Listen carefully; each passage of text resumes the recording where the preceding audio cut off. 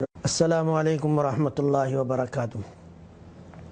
بسم اللہ الرحمن الرحیم، نحمدہ ونصلی علی رسولہ الکریم، اما بعد فاعوذ باللہ من الشیطان الرجیم، بسم اللہ الرحمن الرحیم۔ الحج اشہر معلومات، فمن فرض فیہن الحج فلا رفث ولا فسوق ولا جدال فی الحج وما تفعلوا من خیر یعلمہ اللہ وتزودوا فإن خیر الزاد التقوی واتقون یا اولی الالباب۔ صدق اللہ العلی العظیم۔ محترم ناظرین، گزشتہ نشست میں حج کی اہمیت، حج کی فرضیت، اس کی فضیلت اور نہ کرنے پر کچھ وعید کا تذکرہ کیا تھا۔ اسی سلسلے کو آگے بڑھاتے ہیں اور حج کے مسائل سے متعلق کچھ گفتگو آج کرتے ہیں۔ سب سے پہلے تو یہ بات یاد رکھیے کہ حج میں 3 چیزیں فرض ہیں۔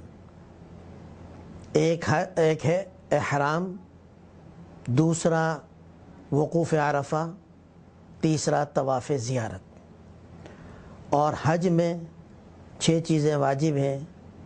10 ذی الحجہ کی صبح صادق کے بعد مزدلفہ کا وقوف، رمی کرنا، قربانی کرنا، حلق یا قصر کرنا، سعی کرنا اور طواف وداع۔ یہ چیزیں واجب ہیں۔ فرض کا ادا کرنا بھی ضروری ہوتا ہے اور واجب کا ادا کرنا بھی ضروری ہوتا ہے۔ واجب کو بھی نہیں چھوڑا جا سکتا اور فرض کو بھی نہیں چھوڑا جا سکتا۔ البتہ دونوں میں ایک فرق یہ ہے، دونوں میں فرق ہے، اور وہ یہ کہ جو چیز فرض ہے اس کا ادا کرنا لازمی اور ضروری ہے، اس کے ادا کیے بغیر حج نہیں ہوگا۔ احرام فرض ہے، احرام کے بغیر حج نہیں ہوگا۔ وقوف عرفہ فرض ہے، اس کے بغیر حج نہیں ہوگا۔ طواف زیارت فرض ہے، اس کے بغیر حج نہیں ہوگا۔ اور اس کا کوئی بدل بھی نہیں ہے کہ اگر کسی نے احرام نہیں باندھا تو اس کا کوئی بدل دے دے، جیسے دم وغیرہ ہوتا ہے یا اس طرح کی چیز فرض کے اندر نہیں ہوتی۔ واجب کا کرنا ضروری ہے، اس کے بغیر بھی حج نہیں ہوتا۔ لیکن اگر کسی سے واجب چھوٹ جائے یا اس میں کوئی تبدیلی ہو جائے تو شریعت نے اس کا بدل رکھا ہے کہ دم دے دے، یا اور کوئی صورت، اس کی بعض صورتیں ہوتی ہیں کہ اس کو دوبارہ کر لے، لیکن کرنا ضروری ہے۔ تو یہ فرض اور واجب میں فرق ہے۔ اس کے علاوہ حج کی بہت ساری سنتیں ہیں۔ خود حج، اپنے حج کی بھی سنتیں ہیں، پھر ہر فعل کی بھی سنتیں ہیں۔ وہ چونکہ کثیر تعداد میں ہیں تو اس وقت اس کا بیان کرنا بھی مشکل ہوگا، وقتاً فوقتاً ان کا تذکرہ آتا رہے گا۔ اس کے علاوہ مستحبات ہیں۔ تو حج کی فرائض میں نے بتایا کہ حج میں 3 چیزیں فرض ہیں۔ سب سے پہلی چیز احرام ہے۔ احرام کسے کہتے ہیں؟ احرام اصل میں نیت کا نام ہے۔ اس کا ایک خاص طریقہ ہے جو میں بتاؤں گا کہ احرام کس طرح سے باندھا جاتا ہے، کس طرح سے نیت کی جاتی ہے، لیکن اصل چیز احرام وہ نیت کا نام ہے۔ ہم جو 2 چادریں پہنتے ہیں، ایک نیچے باندھ لیتے ہیں تہبند کی طرح اور ایک چادر اوپر اوڑھ لیتے ہیں، یہ احرام کی علامت ہے، یہ احرام نہیں ہے۔ اس کو ہم احرام بھی کہہ دیتے ہیں اس لیے کہ ہمارے پاس اس کے علاوہ اور کوئی لفظ نہیں ہے، تو احرام کہتے ہیں۔ آدمی کو وہ جب 2 چادریں پہنے ہوئے دیکھتے ہیں ہم تو معلوم ہو جاتا ہے کہ اس آدمی نے احرام باندھا ہوا ہے۔ لیکن صرف چادریں پہن لینا اس کا نام احرام نہیں ہے، اور ان 2 چادروں کا نام بھی احرام نہیں ہے۔ اسی لیے یہ نقطہ یاد رکھیے، آپ کو کام آئے گا بہت ساری جگہوں پر، کہ احرام کی چادریں تبدیل بھی کی جا سکتی ہیں۔ اگر کسی نے احرام کی چادریں پہن لی، ابھی نیت نہیں کی، تو وہ چادریں اتار کر اپنا معمول کا لباس پہننا چاہے پہن سکتا ہے، کوئی حرج نہیں، اس لیے کہ ابھی تک اس نے نیت نہیں کی۔ نیت کرنے کے بعد یہ چادریں بدل بھی سکتا ہے، بغیر ضرورت کے بھی بدل سکتا ہے۔ ناپاک ہو گئی، کہیں چھینٹے لگ گئے اس کے ناپاکی کے، تو وہ تبدیل کر سکتا ہے۔ بہت زیادہ میلا ہو گیا، اس میں بدبو آ رہی ہے، دوسرے لوگوں کو تکلیف ہے، تو وہ تبدیل کر سکتا ہے احرام، اس لیے کہ ان چادروں کا نام احرام نہیں ہے۔ بعض لوگ یہ سمجھتے ہیں کہ جب ایک دفعہ یہ چادریں پہن لی تو اب نہ ان کو تبدیل کیا جا سکتا ہے، نہ ان کو اتارا جا سکتا ہے، اور اگر اتارا ہے تو اس کا احرام ختم ہو جائے گا۔ ایسی بات نہیں ہے۔ تو اصل چیز نیت ہے۔ اب جب ہم احرام باندھیں گے، نیت کریں گے، تو کس چیز کی نیت کریں گے؟ ایک عمرے کی نیت ہوتی ہے اور ایک حج کی نیت ہوتی ہے۔ حج کی اگر نیت کرنی ہے تو ہم کون سے حج کی نیت کریں گے؟ تو اس سلسلے میں آپ اپنے ذہن میں یہ بات رکھیے کہ حج کی 3 قسمیں: حج قران، حج تمتع، حج افراد۔ حج قران یہ ہے کہ آدمی جب احرام باندھے اور نیت کرے تو بیک وقت حج اور عمرہ دونوں کی نیت کرے اس احرام میں، اور پھر اسی احرام سے مکہ مکرمہ پہنچ کر پہلے عمرہ ادا کرے اور اسی احرام سے حج کے دنوں میں حج کے افعال ادا کرے، درمیان میں احرام نہ کھولے، دونوں حج عمرے کی ایک ساتھ نیت کرے اور ایک ہی احرام سے عمرے کے افعال بھی ادا کرے اور حج کے افعال بھی ادا کرے۔ اس کو کہتے ہیں حج قران۔ قران کا معنی ہوتا ہے عربی لغت میں ملانا، گویا کہ اس نے ایک ہی احرام میں ایک ہی نیت میں حج اور عمرہ دونوں کو ملا لیا، یہ حج قران ہے۔ اس کے اپنے مسائل ہیں۔ حج تمتع یہ ہے کہ آدمی جب اپنے گھر سے چلے، میقات سے پہلے وہ احرام باندھے تو اس وقت صرف عمرے کی نیت کرے، مکہ مکرمہ پہنچ کر وہاں عمرے کے افعال ادا کرے، عمرے کے افعال ادا کر کے بال کٹوا کر اپنا احرام کھول دے، پھر اسی سفر میں حج کے دنوں میں دوبارہ احرام باندھے اور اس دوسرے احرام سے حج کے افعال ادا کرے۔ اس کو کہتے ہیں حج تمتع۔ تمتع کا معنی ہوتا ہے فائدہ اٹھانا، گویا کہ ایک ہی سفر میں اس نے حج اور عمرہ دونوں کا فائدہ اٹھایا، کہ ایک ہی سفر میں ایک احرام سے اس نے عمرہ کر لیا، دوسرے احرام سے اس نے حج ادا کر لیا، یہ حج تمتع کہلاتا ہے۔ اور حج افراد وہ یہ ہے کہ جس وقت آدمی میقات سے پہلے احرام باندھے تو صرف حج کی نیت کرے، عمرے کی نیت نہ کرے، اور مکہ مکرمہ پہنچ کر عمرے کے افعال ادا نہ کرے، صرف حج کے افعال ادا کرے۔ اس کو کہتے ہیں حج افراد۔ افراد کا معنی ہوتا ہے اکیلا، گویا کہ اس نے اپنے احرام میں صرف ایک عبادت کی، حج، عمرے کی عبادت اس میں نہیں ملائی، اس کو کہتے ہیں حج افراد۔ تو جو آدمی حج پر جا رہے ہیں ان کو اجازت اور اختیار ہے، قران کی نیت کریں، افراد کی نیت کریں، تمتع کی نیت کریں، ان کو اختیار ہے۔ حج قران یہ سب سے زیادہ افضل ہے، اس لیے کہ ایک ہی احرام سے 2 عبادتیں، پھر اس میں مشقت زیادہ ہے کیونکہ احرام بہت دنوں تک بندھا رہتا ہے، جبکہ حج تمتع میں آسانی ہے کہ آدمی یہاں سے گیا، عمرے کے افعال ادا کیے، احرام کھول دیا، احرام کی پابندیاں ختم ہو گئیں اور 8 ذی الحجہ سے دوبارہ اس نے احرام باندھا حج کا۔ تو عام طور پر آج کل ایک دن عمرے کا احرام بندھا رہتا ہے، کیونکہ آدمی یہاں سے جاتا ہے، چند گھنٹے سفر کے ہوتے ہیں، اور اس کے بعد پھر وہ مکہ مکرمہ پہنچا، اس میں بھی چند گھنٹے لگتے ہیں، پھر وہ اسی دن، اسی رات یا دوسرے دن وہ عمرے کے افعال ادا کر لیتا ہے۔ تو بہت زیادہ ایک دن یا ایک دن سے تھوڑا سا زیادہ عرصہ لگتا ہے، ورنہ ایک دن سے کم میں ہی اس کا احرام کھل جاتا ہے۔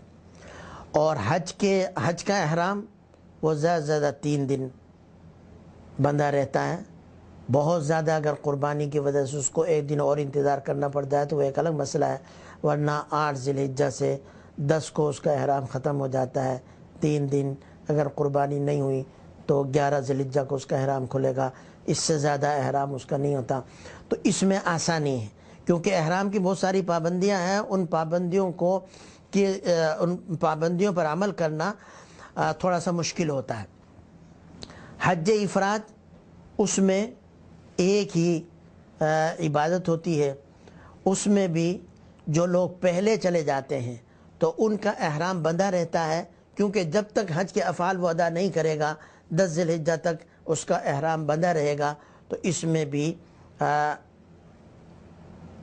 احرام ذرا کچھ دن تک بندھا رہتا ہے۔ حج تمتع اور حج قران کرنے والوں پر قربانی واجب ہوتی ہے، اور یہ قربانی شکرانے کی ہے، اس کو دم شکر کہتے ہیں کہ اللہ تعالیٰ نے ایک ہی سفر میں ان کو 2 عبادتوں کی توفیق عطا فرمائے، اس کے شکرانے کے طور پر ان پر قربانی واجب ہے۔ حج افراد والا اگر قربانی کر لے تو بہتر اور افضل ہے، ورنہ اس کے اوپر قربانی واجب نہیں ہے، کرنا چاہے تو کر سکتا ہے لیکن واجب نہیں ہے۔ تو جب تینوں طرح کی وہ نیت کر سکتا ہے تو احرام سے پہلے اس کو متعین کرنا پڑے گا کہ میں کون سی نیت کر رہا ہوں۔ اس لیے یہ حج کی 3 قسموں کا میں نے بیان کیا۔ احرام باندھنے کا طریقہ یہ ہے کہ مرد حضرات بھی عورتیں بھی غسل کر لیں، اپنے جسم کی صفائی نظافت کر لیں، غیر ضروری بالوں کو صاف کر لیں، اس غسل سے پہلے ناخن کاٹ لیں، بال بڑے ہوئے ہوں تو وہ بال تھوڑے درست کروا لیں تاکہ وہ بال بکھرنے نہ پائیں، ٹوٹنے نہ پائیں۔ یہ مردوں کے لیے، عورتوں کے لیے تو بال کٹوانا منع ہے۔ غسل کریں، یہ غسل نظافت کے لیے کہ اب اللہ کے دربار میں ہم جا رہے ہیں تو پاک صاف ہو کر اللہ کے دربار میں جائیں۔ غسل کرنا یہ سنت ہے، واجب نہیں ہے احرام کے لیے۔ اگر کسی نے غسل نہیں کیا، وضو کر لیا، وضو پر اکتفا کیا تو یہ بھی درست ہوگا، لیکن حضور اکرم صلی اللہ علیہ وسلم نے حجۃ الوداع کے موقع پر آپ ذوالحلیفہ آ کر آپ نے قیام کیا، 5 نمازیں پڑھی، اسی رات آپ اپنے تمام ازواج مطہرات کے پاس گئے اور صبح غسل کیا آپ نے، یہ غسل فرض تھا، اور پھر اس کے بعد ظہر سے پہلے آپ نے احرام کے لیے دوبارہ غسل فرمایا، اور غسل فرمانے کے بعد آپ نے چادریں پہنی۔ تو مرد حضرات بھی اور عورتیں بھی غسل کر لیں، اور اس کے بعد مرد 2 چادریں پہن لیں، ایک نیچے تہبند کی طرح باندھ لیں اور ایک اوپر اوڑھ لیں۔ بہت سارے حضرات کو ان چادر پہننے کی عادت نہیں ہوتی، تو ان کو چاہیے کہ احرام باندھنے کی جو بھی اس کے 2-3 طریقے ہیں، پہلے سے گھر میں مشق کر لیں اس کی، تاکہ عین وقت پر پریشانی نہ ہو۔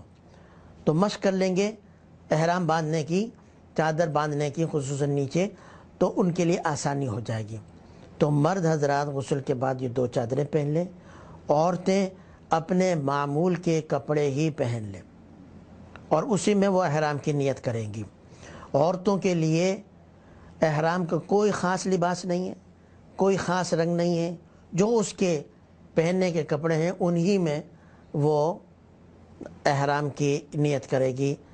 مردوں کے لیے یہ خاص لباس ہے، 2 چادریں، اگر اس میں سفید چادروں کا ہونا زیادہ افضل اور بہتر ہے، کسی اور رنگ کی بھی ہوں گی تو وہ چل جائیں گی، اس میں بھی احرام درست ہو جائے گا، لیکن سفید چادریں یہ زیادہ بہتر ہے، علماء نے یہی لکھا ہے۔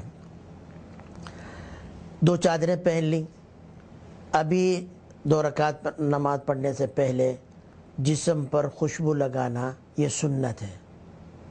ایسی خوشبو کوشش کریں کہ جس کا جسم نہ ہو۔ حضور اکرم صلی اللہ علیہ وسلم نے جب غسل فرما لیا اور آپ باہر تشریف لائے، چادر آپ نے پہنی ہوئی تھی، تو حضرت عائشہ رضی اللہ تعالیٰ عنہا نے آپ کی مانگ میں خوشبو لگائی، جو بعد میں بھی نظر آ رہی تھی۔ مانگ میں عرب کا یہ رواج تھا کہ وہ مانگ میں خوشبو لگایا کرتے تھے، اس لیے کہ ہم تو گلے ملتے ہیں، معانقہ کرتے ہیں، عرب میں اس وقت رواج تھا، خاص طور پر سردار جو لوگ ہوتے تھے ان کی پیشانی کو بوسہ دیا جاتا تھا، تو اس لیے خاص طور پر سردار لوگ، بڑے لوگ، وہ اپنی مانگ میں خوشبو لگایا کرتے تھے تاکہ کوئی جب ان کو پیشانی کو بوسہ دے تو ان کو خوشبو آئے۔ تو حضور اکرم صلی اللہ علیہ وسلم کی مانگ میں خوشبو لگائی، جو حضرت عائشہ کے پاس سب سے اچھی خوشبو تھی۔ اسی لیے علماء نے لکھا ہے نیت کرنے سے پہلے، 2 رکعت پڑھنے سے پہلے جسم پر خوشبو لگانا یہ سنت ہے۔ اس کے بعد 2 رکعت نماز پڑھیں بشرطے کہ وہ نماز کا وقت ہو، مکروہ اور ممنوع وقت نہ ہو۔ ممنوع اوقات 3 ہیں، صبح جب سورج نکل رہا ہو، زوال کے وقت، اور سورج غروب ہونے کے وقت۔ یہ 3 اوقات نماز کے لیے ممنوع اوقات ہیں، اس میں کسی قسم کی کوئی نماز نہیں پڑھی جا سکتی، نہ فرض نہ نفل نہ واجب۔ اور 2 اوقات ممنوع ہیں، صبح صادق ہو جائے تو 2 رکعت سنت کے علاوہ سورج طلوع ہونے تک کوئی بھی نفل نماز پڑھنا یہ منع ہے۔ اسی طرح سے عصر کی نماز جب ادا کر لی تو غروب آفتاب تک یہ وقت مکروہ ہے، اس میں نفل نماز نہیں پڑھی جا سکتی۔ اگر یہ وقت نہیں ہے تو 2 رکعت نماز پڑھ لے، اور اگر یہ ممنوع وقت ہے یا مکروہ وقت ہے تو صرف دعا کر لے اور نیت کر لے۔ 2 رکعت نماز پڑھنے کے بعد وہ نیت کرے، اگر اس نے قران کا احرام باندھنا ہے تو وہ نیت کرے کہ میں حج اور عمرہ دونوں کی نیت کرتا ہوں، اے اللہ تو میرے لیے اس کو آسان فرما، قبول فرما۔ اللہم انی ارید الحج والعمرۃ فیسرہما لی وتقبلہما منی۔ یہ عربی کے الفاظ ہیں، اپنی زبان میں، اردو میں یا جو بھی آپ کی اپنی زبان ہے اس زبان میں آپ نیت کریں۔ یاد رکھیے، نیت دل کے ارادے کا نام ہے۔ زبان سے الفاظ کہہ لینا اچھا ہے، لیکن اصل دل میں نیت، دل میں ارادہ، تو دل میں جو ارادہ ہوگا وہی نیت معتبر ہوگی۔ اگر کسی نے دل میں ارادہ کر لیا، زبان سے الفاظ نہیں کہے تو اس کی نیت ہو گئی۔ اسی طرح سے دل میں نیت تھی قران کی، زبان سے لفظ نکل گیا تمتع کا، یا حج کی نیت تھی، لفظ نکل گیا عمرے کا، تو زبان کا اعتبار نہیں، دل کے ارادے کا اعتبار ہوگا۔ اور اگر اس نے تمتع کی نیت کرنی ہے، تمتع کا ارادہ ہے، تو وہ صرف عمرے کی نیت کرے، اللہم انی ارید العمرۃ فیسرھا لی وتقبلھا منی۔ میں عمرے کا ارادہ کرتا ہوں، میں عمرے کا ارادہ کرتی ہوں، عورت یہ کہے، اور اس کو میرے لیے آسان فرما، قبول فرما۔ اور اگر حج افراد کا ارادہ ہے تو صرف حج کی نیت کرے، اللہم انی ارید الحج فیسرہ لی وتقبلہ منی۔ اے اللہ میں حج کا ارادہ کرتا ہوں، حج کا ارادہ کرتی ہوں، اس کو میرے لیے آسان فرما، قبول فرما۔ نیت کرنے کے بعد تلبیہ پڑھے۔ تلبیہ 1 مرتبہ پڑھنا ضروری ہے۔ تلبیہ کے بغیر نیت کافی مکمل نہیں ہوگی۔ تلبیہ پڑھے، لبیک اللہم لبیک، لبیک لا شریک لک لبیک، ان الحمد والنعمت لک والملک لا شریک لک۔ یہ الفاظ پڑھ لیں۔ اگر کسی نے تلبیہ کے علاوہ، تلبیہ اس کو یاد نہیں رہا، اس کے ذہن میں نہیں آیا، اس نے کوئی اور اللہ کا ذکر کر لیا، کلمہ پڑھ لیا، اللہ اکبر کہا، لا الہ الا اللہ کہا، تو یہ بھی چل جائے گا۔ بہرحال تلبیہ پڑھنا چاہیے۔ حضور اکرم صلی اللہ علیہ وسلم نے جب نیت کی حج کی تو آپ نے تلبیہ پڑھا۔ جس وقت 2 رکعت نماز پڑھی، نیت کی، اس وقت بھی آپ نے تلبیہ پڑھا۔ پھر جب آپ اونٹنی پر سوار ہوئے اور اونٹنی لے کر آپ کو کھڑی ہوئی، اس وقت آپ نے تلبیہ پڑھا۔ پھر اونٹنی آپ کو لے کر چلی بیدا مقام پر، جو ایک ذرا بلندی پر مقام تھا، وہاں پر پہنچی تو وہاں پر بھی حضور اکرم صلی اللہ علیہ وسلم نے تلبیہ پڑھا۔ جس وقت آپ نے نیت کی، چند لوگ آپ کے ساتھ تھے تو انہی کو پتہ چلا۔ باہر آ کر جب آپ اونٹنی پر سوار ہوئے، اونٹنی کھڑی ہوئی تو بہت سارے لوگوں نے آپ کو دیکھا، تو اس وقت آپ نے تلبیہ پڑھا تاکہ لوگوں کو پتہ چل جائے۔ اور پھر جب آپ اونچی جگہ پر چڑھے تو بہت سارے لوگ دیکھنے والے تھے آپ کے آس پاس، تو اس لیے آپ نے تلبیہ پڑھا تاکہ ان کو بھی پتہ چل جائے۔ تو تلبیہ پڑھنا 1 مرتبہ یہ ضروری ہے، اور 3 مرتبہ تلبیہ پڑھنا سنت ہے۔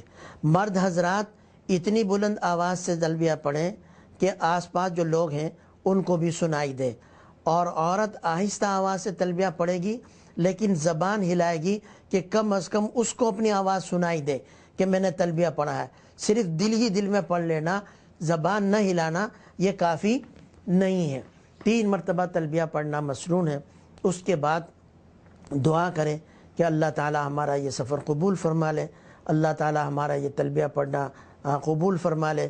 حضور اکرم صلی اللہ علیہ وسلم نے درود شریف پڑھے، اور اس کے بعد اللہ سے جنت کا سوال کریں اور جہنم سے پناہ مانگے۔ حضور اکرم صلی اللہ علیہ وسلم نے تلبیہ کے بعد اللہ سے آپ کی رضامندی کا اور جنت کا سوال کیا، اور آپ کے غضب اور ناراضگی اور جہنم سے پناہ مانگی، یہ امت کو تعلیم دی۔ تو یہ دعا ضرور کرنی چاہیے۔ اس کے علاوہ اور بھی دعا جو ہے وہ کریں۔ جب آپ نے نیت کر لی، تلبیہ پڑھ لیا، اب آپ کا احرام شروع ہو گیا، اب احرام کی کچھ پابندیاں ہیں، وہ ساری کی ساری آپ پر لاگو ہو جائیں گی۔ احرام کی موٹی موٹی پابندیاں ہیں، ان کو ذہن میں رکھیں۔ آدمی بہت پریشان ہوتا ہے کہ میں نے احرام باندھ لیا، احرام کی پابندیاں ہیں، پتہ نہیں میں یہ احرام پورا کر پاؤں گا یا نہیں۔ اس کے ذہن میں ایک خوف سا ہوتا ہے اور وہ پریشان رہتا ہے۔ لیکن اگر اس کے ذہن میں ہو کہ پابندیاں کیا کیا ہیں اور وہ ان کا لحاظ رکھیں تو کوئی مشکل اور پریشانی نہیں ہوتی۔ اول تو میں نے بتایا کہ احرام بہت زیادہ دنوں تک بندھا نہیں رہتا، خصوصاً تمتع والے کے لیے تو بہت آسان ہے۔ اور پھر اس کے ذہن میں یہ پابندیاں ہوں گی تو وہ بہت آسانی کے ساتھ اپنے احرام کو مکمل کر لے گا اور کوئی احرام کی خلاف ورزی نہیں ہوگی۔ احرام کی ایک پابندی یہ ہے کہ احرام کے بعد کسی قسم کے جسم کے بال کاٹنا، نوچنا یہ منع ہے، کتروانا منع ہے، عورت کے لیے بھی مرد کے لیے بھی۔ سر کے بال عورت کے لیے، مرد کے لیے داڑھی کے بال، مونچھ کے بال یا اور جسم کے کسی حصے کے بال کاٹنا، نوچنا، مونڈنا یا کتروانا یہ منع ہے۔ ایک پابندی یہ ہے، یہ مرد کے لیے بھی ہے، عورت کے لیے بھی۔ دوسری پابندی یہ ہے کہ ہاتھ پاؤں کے ناخن نہیں کاٹ سکتے، مرد کے لیے بھی عورت کے لیے بھی احرام کے بعد یہ پابندی ہے۔ تیسری پابندی ہے کہ خوشبو کا استعمال نہیں کر سکتے، خوشبو والی چیز کا استعمال نہیں کر سکتے جس میں خوشبو ملی ہوئی ہو۔ خوشبو سے مراد یہ ہے کہ وہ چیز جس کو خوشبو شمار کیا جاتا ہے، جس کو خوشبو کے لیے تیار کیا جاتا ہے یا جس کی پیدائش خوشبو کے لیے ہوتی ہے، وہ چیز مراد ہے۔ بہت ساری چیزوں میں خوشبو ہوتی ہے لیکن نہ تو ان کو خوشبو کے لیے استعمال کیا جاتا ہے، نہ ان کو کوئی خوشبو سمجھتا ہے۔ بہت سارے پھل ہیں ان میں خوشبو ہوتی ہے، ان کے استعمال منع نہیں ہے، اس لیے کہ وہ تو غذا ہے، غذا کے لیے ہے۔ اللہ تعالیٰ نے خوشبو ان میں رکھی ہے، نہ ان کو کوئی خوشبو سمجھتا ہے، نہ ان کو خوشبو کے طور پر کوئی استعمال کرتا ہے۔ تو ایسی چیز جو خوشبو ہے، خوشبو کے طور پر استعمال کی جاتی ہے یا اس کی خلقت اور پیدائشی خوشبو کے طور پر ہوئی ہے، اس کا، یا ایسی چیز جس میں خوشبو ملی ہوئی ہو، اس کا استعمال یہ منع ہے، مرد کے لیے بھی عورت کے لیے بھی۔ ایک پابندی یہ ہے کہ احرام کے بعد میاں بیوی کے تعلقات یہ قائم کرنا یا اس کی باتیں کرنا یا اس کے جو اسباب ہیں جیسے بوسہ لینا، شہوت کے ساتھ جو ہے کیا وہ ایک دوسرے سے لپٹنا، گلے ملنا، یہ منع ہے احرام کی حالت میں۔ یہ وہ پابندیاں ہیں جو مرد کے لیے بھی ہیں، عورتوں کے لیے بھی ہیں۔ ایک پابندی مرد کے لیے یہ ہے کہ احرام کے بعد وہ اپنا سر اور چہرہ کھلا رکھے گا، کسی چیز کو چہرے سے، کسی چیز سے چہرے کو اور سر کو جو ہے وہ نہیں ڈھانپے گا، اس طرح سے کہ سر پر کپڑا لگے، چہرے پر کپڑا لگے۔ عورت کے لیے یہ ہے کہ وہ اپنا سر تو ڈھانپ کر رکھے گی، البتہ چہرہ جو ہے وہ نہیں ڈھانپے گی، یعنی اس طرح سے کہ چہرے پر کپڑا نہ لگے۔ یہ عورت کے لیے ہے۔ یہاں پر ایک بات یاد رکھیے کہ عورت کے لیے جہاں یہ حکم ہے کہ چہرے پر کپڑا نہ لگے، چہرہ اس کا کھلا رہے، وہاں پر پردے کا بھی اس کو حکم ہے، خصوصاً حج کے سفر میں جہاں اختلاط بہت زیادہ ہوتا ہے، مرد بھی سامنے ہوتے ہیں، طواف کے اندر، سفر کے اندر، بس کے اندر، ہوائی جہاز کے اندر، راستے میں، ہر جگہ تو عورت کو پردہ کرنا چاہیے۔ یہاں پر تو فتنے کا اندیشہ زیادہ ہے، اس لیے ایسی تدبیر اختیار کرنی چاہیے کہ چہرے پر کپڑا بھی نہ لگے اور پردہ بھی ہو جائے۔ خود حضرت عائشہ رضی اللہ تعالیٰ عنہ فرماتی ہیں کہ ہم حضور اکرم صلی اللہ علیہ وسلم کے ساتھ حج کے لیے گئے تو جب سامنے کوئی نہیں ہوتا تھا تو ہم اپنا چہرہ کھلا رکھتے تھے، اور جب کوئی سامنے آتا تھا نامحرم تو ہم اپنے چہرے پر کوئی آڑ کر لیا کرتے تھے، ہاتھ سے، یا کوئی چیز ایسی ہے، کوئی گتا ہے، کوئی پنکھا ہے، یا حضرت عائشہ رضی اللہ تعالیٰ عنہ کے سامنے کسی خاتون نے یہ بیان کیا کہ فلاں عورت یہ کہتی ہے کہ عورت کو اپنا چہرہ کھلا رکھنا چاہیے، اس کو حج احرام کی حالت میں پردے کی ضرورت نہیں۔ تو حضرت عائشہ نے فرمایا کہ وہ صحیح نہیں کہتی ہے، وہ غلط کہتی ہے۔ تو اس عورت کو تعجب ہوا کہ یہ کیسے ہو سکتا ہے کہ چہرہ بھی کھلا رہے اور پردہ بھی ہو۔ تو حضرت عائشہ رضی اللہ تعالیٰ نے اپنا سر جھکایا اور جو چادر تھی یا دوپٹہ تھا اس کو سر پر ڈال لیا، کہا کہ اس طرح سے پردہ کرے۔ اگر سر جھکا ہو اور چادر ڈال لی جائے تو وہ چادر چہرے پر نہیں لگے گی۔ تو مطلب یہ ہے کہ کوئی بھی ایسا انداز اور طریقہ اختیار کرے کہ پردہ بھی ہو جائے اور کپڑا بھی چہرے پر نہ لگے۔ عورتوں کو اس کا اہتمام کرنا چاہیے، خصوصاً سفر کے حد میں۔ عورتیں یہ سمجھتی ہیں کہ سفر کے حد میں تو پردہ ہے نہیں، اور وہ جتنے بھی حج کے سفر میں ان کے ساتھ ہوتے ہیں ان سب کو اپنا بھائی سمجھتی ہیں، اور وہ سمجھتی ہیں کہ بس اب ان سے تو کوئی پردہ نہیں اور یہ ہمارا محرم ہی کی طرح ہے۔ یہ غلط ہے، پردہ کرنا چاہیے۔ عورت چہرہ کھلا رکھے گی، سر ڈھانپے گی۔ اس میں ایک بات یہ بھی سامنے رکھیں کہ چہرہ کسے کہتے ہیں؟ چہرہ کہتے ہیں جب دو آدمی آمنے سامنے ہوں تو اس وقت جو چیز آمنے سامنے ہوتی ہے اس کو کہتے ہیں چہرہ۔ مواجہہ، آمنے سامنے کسی چیز کا ہونا، اور اس کی حدود یہ ہے کہ پیشانی سے لے کر تھوڑی تک، ایک کان کی لو سے دوسرے کان کی لو تک، یہ چہرہ ہے۔ تو کان یہ پردے میں آئیں گے، بہت ساری عورتیں کان کھلا رکھتی ہیں، اور پیشانی کھلی رہنی چاہیے۔ بہت ساری عورتیں اس طرح سے پردہ کرتی ہیں یا نقاب پہنتی ہیں یا جو رومال سر پر باندھتی ہیں وہ پیشانی پر ہوتا ہے۔ پیشانی پر کپڑا نہیں لگنا چاہیے، پیشانی کھلی ہونی چاہیے، اور کان البتہ ڈھکے ہوئے ہونے چاہیے۔ یہ ہے چہرہ۔ تو چہرہ کھلا ہونا چاہیے عورت کے لیے، مرد کے لیے کہ چہرہ اور سر یہ دونوں کھلے ہوئے ہوں۔ مرد کے لیے ایک پابندی یہ ہے کہ وہ احرام کے بعد کسی بھی قسم کا سلا ہوا کپڑا نہیں پہن سکتا۔ قمیص، شلوار، بنیان، انڈر ویئر یا اس طرح کی کوئی بھی چیز، کوٹ، پتلون، شیروانی، کوئی بھی سلا ہوا کپڑا وہ نہیں پہن سکتا۔ یہ مرد کے لیے پابندی ہے، عورت کے لیے یہ پابندی نہیں ہے۔ عورت تو سلے ہوئے کپڑے ہی پہنے گی۔ اس کے لیے چادر پہننا یہ منع ہے کہ اس میں سطر صحیح طرح سے جو نہیں چھپتا، تو وہ تو سلے ہوئے کپڑے ہی پہنے گی، جیسے بتایا کہ وہ اپنے معمول کے کپڑوں میں اس کی نیت کرے گی۔ مرد کے لیے ایک پابندی یہ ہے کہ وہ اس طرح کا جوتا، چپل پہنے کہ پاؤں کی یہ جو درمیان میں ابھری ہوئی ہڈی ہے وہ بھی کھلی رہے اور ٹخنے یہ بھی کھلے رہیں۔ اس لیے وہ کوئی موزہ نہیں پہن سکتا، وہ دستانے نہیں پہن سکتا کیونکہ وہ سلی ہوئی چیز ہے، اور کوئی ایسا جوتا نہیں پہن سکتا جس سے وہ ابھری ہوئی ہڈی یا ٹخنے چھوٹ جائیں۔ ہاں کوئی ایسا جوتا ہے کہ جس میں یہ چیز نہیں چھپتی، کھلی رہتی ہے، تو وہ جوتا بھی پہن سکتا ہے۔ کوئی ہوائی چپل پہننا، دو پٹی والی چپل پہننا یہ ضروری نہیں ہے۔ البتہ ایسی چپل، ایسا سینڈل اور ایسا جوتا کہ جس سے یہ ابھری ہوئی ہڈی سے لے کر اوپر تک پاؤں کھلا رہے اور ٹخنے بھی کھلا رہے، یہ مرد کے لیے پابندی ہے، عورت کے لیے پابندی نہیں۔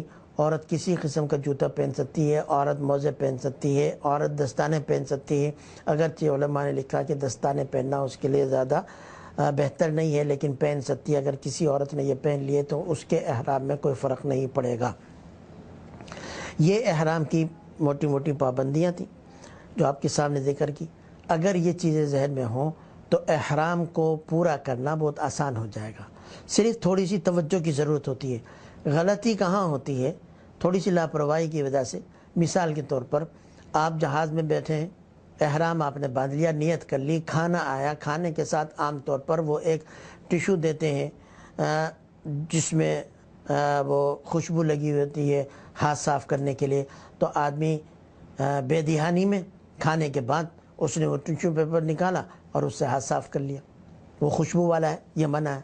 باتھ روم میں گیا، وہاں پر صابن رکھا ہے یا کوئی ہینڈ واش رکھا ہے، اس میں عموماً خوشبو ہوتی ہے، وہ استعمال کر لیا۔ تو اس طرح سے ایک آدمی میرے ساتھ بھی اس طرح سے ہوا، میں نے احرام باندھا ہوا عمرے کا اور میں حرم میں بیٹھا ہوا ہوں، وہاں لوگوں کی عادت ہوتی ہے، جیب میں خوشبو ہوتی ہے اور وہ آس پاس جو لوگ بیٹھے ہیں ان کو بھی لگاتے ہیں، تو مجھے بھی اس نے لگانے کے لیے دی، میں نے ہاتھ بڑھایا لیکن فوراً یاد آیا کہ بھائی میں تو احرام میں ہوں۔ تو یہ کچھ بے دھیانی ہوتی ہے جس کی وجہ سے آدمی یہ ارتکاب کر بیٹھتا ہے، یا بستر پر سویا یا بس میں بیٹھا، جہاز میں بیٹھا، وہاں ایسی چلا ہوا ہے، سردی لگی اور اس نے جو ہے کیا وہ چادر اپنے سر پر ڈال لی، اپنے چہرے پر ڈال لی، تو سر ڈھانپ لیا، تو اس طرح کی بے احتیاطی ہو جاتی ہے۔ اگر آدمی تھوڑی سی احتیاط کرے تو ان پابندیوں کو پورا کرنا کوئی مشکل نہیں ہے۔ یہ تو احرام کا بیان ہوا۔ یہاں پر ایک بات اور، بلکہ دو باتیں عرض کرتا ہوں کہ بعض عورتیں وہ ایک جس طرح سے مرد حضرات ان کا احرام ملتا ہے تو وہیں پر ایک رومال ملتا ہے تکون سفید رنگ کا ہوتا ہے، عام طور پر عورتیں وہ سر پر باندھتی ہیں اور وہ سمجھتی ہیں یہ احرام کا حصہ ہے۔ یہ رومال باندھنا یہ احرام کا حصہ نہیں ہے، یہ صرف احتیاطاً باندھا جاتا ہے کہ سر ننگا نہ ہو اور بال ادھر ادھر نہ بکھرنے پائیں تاکہ بال نہ ٹوٹیں، تو اس لیے وہ باندھ لیا جاتا ہے۔ اگر کسی عورت نے وہ رومال نہیں باندھا، اس نے برقع پہنا، برقعے کا اپنا نقاب جو اوپر وہ باندھتے ہیں وہ اس نے باندھ لیا، تو یہ بھی اس کے لیے کافی ہے۔ بس یہ ہے کہ سر ڈھکا رہے، سر ننگا نہ ہو، اس کا اہتمام کریں۔ کسی نے اگر وہ رومال باندھا تھا اور وہ کھول دیا تو اس کی وجہ سے اس کے احرام میں کوئی فرق نہیں پڑے گا۔ بعض عورتیں اتنا اہتمام کرتی ہیں کہ وضو کرتے وقت بھی وہ اس کو نہیں اتارتی اور کمرے میں تنہا ہیں اس وقت بھی نہیں اتارتی، کوئی وہاں دیکھنے والا نہیں ہے، اور وہ بعض اوقات وضو کرتے وقت اس اسکارف کے اوپر ہی مسح کر لیتی ہیں، خصوصاً اس وقت جب مجمع ہو، ایک طرف مرد جو ہے وہ وضو کریں دوسری طرف عورت، تو عورت پردے کی وجہ سے اس کو وہ نہیں اتارتی تاکہ بے پردگی نہ ہو اور اس کے اوپر وہ مسح کر لیتی ہیں، تو مسح نہیں ہوگا، کپڑے کے اوپر مسح نہیں ہوتا۔ اگر ایسے ہی احتیاط کرنی ہے تو اس کے اندر ہاتھ ڈال کر وہ مسح کرے، ورنہ وضو نہیں ہوگا۔ جب وضو نہیں ہوا اس کا طواف بھی نہیں ہوگا، اس کی دیگر عبادات جو میں وضو کرنا ضروری ہے وہ بھی ادا نہیں ہوگی۔ ایک بات تو یہ۔ دوسری بات یہ ہے کہ جس وقت احرام باندھا جا رہا ہے ممکن ہے اس وقت بعض عورتیں عذر سے ہوں اور وہ پاکی کی حالت میں نہ ہوں، یہ عورتیں بڑی پریشان ہوتی ہیں کہ اب ہم کیا کریں، کوئی دوائیاں کھانا شروع کر دی ہیں، کوئی بہت آسان ہے، وہ عورتیں غسل کر لیں۔ یہ غسل پاکی کے لیے نہیں ہوگا، یہ نظافت اور صفائی کے لیے ہوگا۔ اس کے بعد وہ 2 رکعت نماز نہ پڑھیں کیونکہ ایسی حالت میں نماز پڑھنا منع ہے، البتہ وہ نیت کر لیں، نیت کرنے کے بعد تلبیہ پڑھیں، تلبیہ کے بعد اپنی دعا کریں، ان کا احرام ہو گیا۔ اس حالت میں عمرے کی احرام کی نیت کی جا سکتی ہے، احرام باندھا جا سکتا ہے، حج یا عمرہ جو بھی ہے اس کی نیت کی جا سکتی ہے، تلبیہ بھی پڑھا جا سکتا ہے، ایسی حالت میں تلبیہ پڑھنا منع نہیں ہے، دعا پڑھی جا سکتی ہے، دعا پڑھنا منع نہیں ہے، حتیٰ کہ وہ دعائیں جو قرآنی دعائیں کہلاتی ہیں جیسے ربنا آتنا فی الدنیا حسنہ، یہ دعا بطور دعا کے پڑھنا ان کو اس کی اجازت ہے۔ ہاں قرآن کی تلاوت کی نیت سے وہ یہ دعا نہیں پڑھ سکتی، دعا کی نیت سے یہ وہ پڑھ سکتی ہیں، تو ان کے لیے کوئی ایسی پریشانی نہیں ہے، وہ اسی حالت میں نیت کر لیں گی۔ البتہ یہ ہوگا کہ جب وہ مکہ مکرمہ پہنچیں تو وہ انتظار کریں گی، وہ فوراً طواف نہیں کریں گی بلکہ اپنے پاک ہونے کا انتظار کریں گی۔ جب پاک ہو جائیں غسل کریں پاکی کا اور اس کے بعد اپنے طواف کریں، تو اس کے لیے 2 دن 3 دن جو بھی ان کا وہ ایام ہوتے ہیں، پیریڈ ہوتا ہے، وہ اس کا انتظار کرنا پڑے گا، کوئی ان کے لیے مشکل نہیں ہے، اور وہ ساری دعائیں بھی پڑھ سکتی ہیں، درود شریف بھی پڑھ سکتی ہیں۔ تو یہ ہے احرام کا طریقہ، احرام کی پابندیاں۔ بچے اگر ہوں نابالغ تو ان کا احرام بھی اسی طرح سے ہوگا، ان کو ان کے جو بڑے ان کے ساتھ ہیں وہ ان کو غسل کروا لیں، احرام ان کو چادر پہنا دیں، اس کے بعد ان کو کہیں 2 رکعت پڑھ لیں اور پھر اپنی نگرانی میں ان کو نیت کروا لیں، ان کا بھی احرام ہو جائے گا۔ بچوں کو بھی، خصوصاً وہ بچے جو سمجھدار ہیں اگرچہ وہ بالغ نہیں ہوئے، ان احرام کی تمام پابندیاں ان کو بھی کرنی چاہیے، لیکن اگر کسی بچے سے جو نابالغ ہے احرام کی کوئی خلاف ورزی ہو گئی تو اس کے اوپر کوئی جرمانہ نہیں ہے، کوئی دم نہیں ہے اور کوئی جنایت اس کے اوپر نہیں ہوگی۔ یہ احرام کا میں نے طریقہ بتایا۔ عام طور پر ہمارے یہاں سے جو حجاج جاتے ہیں، خصوصاً وہ لوگ جو بہت پہلے سے چلے جاتے ہیں، وہ تمتع کی نیت کرتے ہیں کیونکہ اس میں ان کے لیے آسانی ہے۔ تو انشاءاللہ اب تمتع میں چونکہ سب سے پہلے عمرہ ہوتا ہے تو عمرے کا بیان کروں گا۔ عمرے میں 4 چیزیں ضروری ہیں: ایک احرام، دوسرا طواف، تیسرا سعی، چوتھا بال کٹوانا، حلق یا قصر۔ ان میں سے 2 پہلی چیزیں فرض ہیں، احرام اور طواف، دوسری 2 چیزیں سعی اور حلق یہ واجب ہے۔ اس کا بیان انشاءاللہ آئندہ نشست میں ہوگا۔ عمرے کا پورا طریقہ بتایا جائے گا۔ احرام کا میں نے بتا دیا، آگے طواف، سعی، حلق اور قصر کے احکام انشاءاللہ اگلی نشست میں بیان ہوں گے۔ زندگی رہی تو پھر ملاقات ہوگی۔ سبحانک اللہم و بحمدک، نشہد ان لا الہ الا انت، نستغفرک و نتوب الیک۔